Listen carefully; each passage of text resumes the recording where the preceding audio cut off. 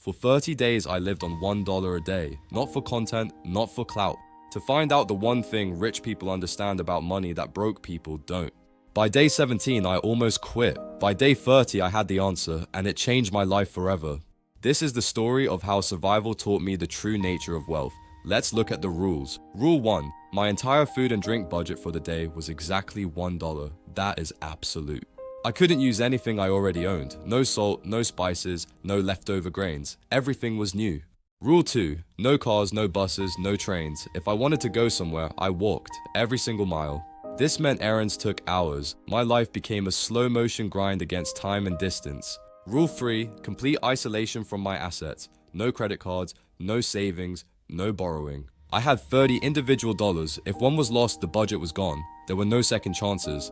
I wanted to feel the pressure, the weight of knowing that one mistake could mean genuine hunger.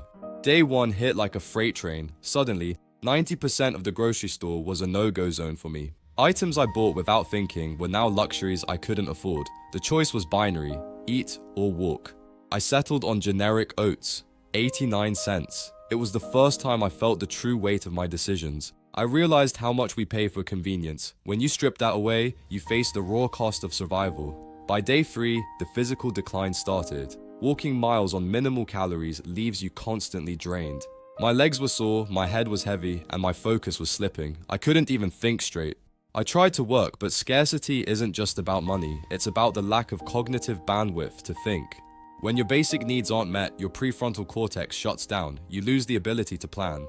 Your entire world shrinks to the next meal. You're trapped in a loop of survival that blocks growth. Then the social erosion hit. Friends invited me out, and for the first time, no became my default. I was physically there, but economically invisible. I couldn't participate in the life I used to know.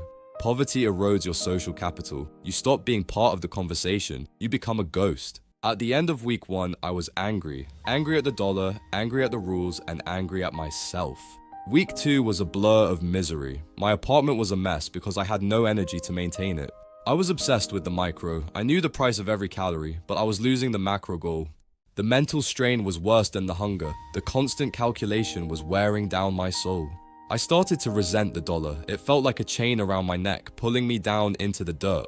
Then came the social erosion. My friends would text me to meet up for a drink or dinner. I had to say no, every single time. I felt like a failure. I felt like I wasn't strong enough, that the dollar had finally won the fight. Day 17 was the breaking point. It was raining, I was miles from home, and I dropped my only food. I sat on the sidewalk and cried, not for the food, but for the helplessness. I had nothing left. I reached for my phone to end it. I had my car keys in my hand. I was ready to go to a restaurant. But then I asked, why? If I quit now, the dollar wins. The lesson is hidden beyond the pain. I put the keys back. I cleaned up the mess. I decided I would no longer be a victim of scarcity. Day 18. Something clicked. I stopped looking at the cost and started looking at the value. Wealth isn't about how much you have, it's about how you deploy what you have to create value. I stopped asking, what can I buy? And started asking, what can I create? My mind was my asset. I used my walking time to learn. I used the library to research. I was training my perspective. I realized money is just a way to exchange value. To get more, I had to provide more than I took. I had been so obsessed with the capital that I'd ignored the ideas. I started looking for unmet needs in my community. I started to see opportunity everywhere. Week 3 was about optimization, highest nutrition, lowest price. Efficiency was my new religion. I wasn't budgeting anymore. I was value ranking. Every ounce of energy went to the highest ROI. I traded time for resources at a garden. Suddenly, my dollar wasn't my only asset. I was growing. My willingness to solve problems was creating wealth. The world started opening up for me. I realized that money is just a way to exchange value. If I wanted to survive and thrive, I had to provide more value than I was consuming. It's the core principle. By the final week, I wasn't surviving. I was thriving within the constraint. I had found the secret. The secret that separates the elite from the average, the bridge from scarcity to abundance. The final days were a victory lap. Hunger was no longer a threat, it was a signal of my control. I stood in that store as a grandmaster playing chess. I knew every move. I knew the value. The man who started this challenge was gone. I was someone entirely new. Scarcity brain was dead. I lived on $30 for 30 days. I faced my fears and survived. I was stronger than ever. I held that last dollar, just paper, but it was a certificate of everything I'd learned. I'd finished. I lived on $30 for 30 days. I faced my fears and survived. I was stronger than ever. So here is the answer, the one thing. Rich people don't budget. They don't live in worlds of restriction. Instead, they value rank. They ask, where will this energy create the most value for my future? Budgeting is defensive. Value ranking is offensive. One is poor, the other is rich. It's binary. Budgeting is based on scarcity. It shrinks your world. It keeps you small and keeps you stuck. Value ranking is based on abundance. It expands your world by focusing on high-yield activities. Don't care about the cost of a coffee. Care if it gives you the energy to create 100 times value.